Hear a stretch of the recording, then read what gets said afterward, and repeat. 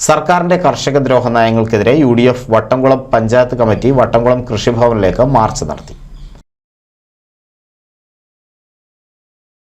നെൽകർഷകരുടെ subsidy വിതരണം ചെയ്യുക, കേര കർഷകരുടെ വളം സബ്സിഡി വിതരണം ചെയ്യുക, സംഭരിച്ച നെല്ലിന്റെ പണം നൽകുക തുടങ്ങിയ വിവിധ ആവശ്യങ്ങൾ ഉന്നയിച്ചാണ് UDF വട്ടംകുളം പഞ്ചായത്ത് കമ്മിറ്റി വട്ടംകുളം കൃഷിഭവനിലേക്ക് മാർച്ച് നടത്തിയത്. മാർച്ച് തവനൂർ നിയോജക മണ്ഡലം പ്രസിഡന്റ് TP ഹൈദരലി ഉദ്ഘാടനം ചെയ്തു. K ഭാസ്കരൻ വട്ടംകുളം അധ്യക്ഷത വഹിച്ചു. പത്തിൽ അഷ്റഫ് മുഖ്യപ്രഭാഷണം നടത്തി.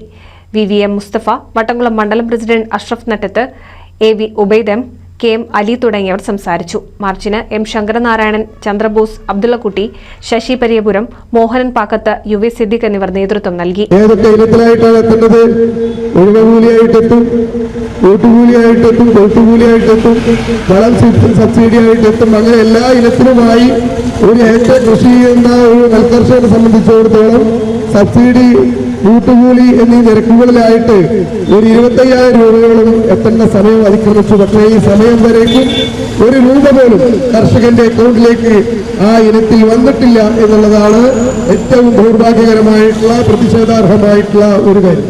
NCV news Edappal.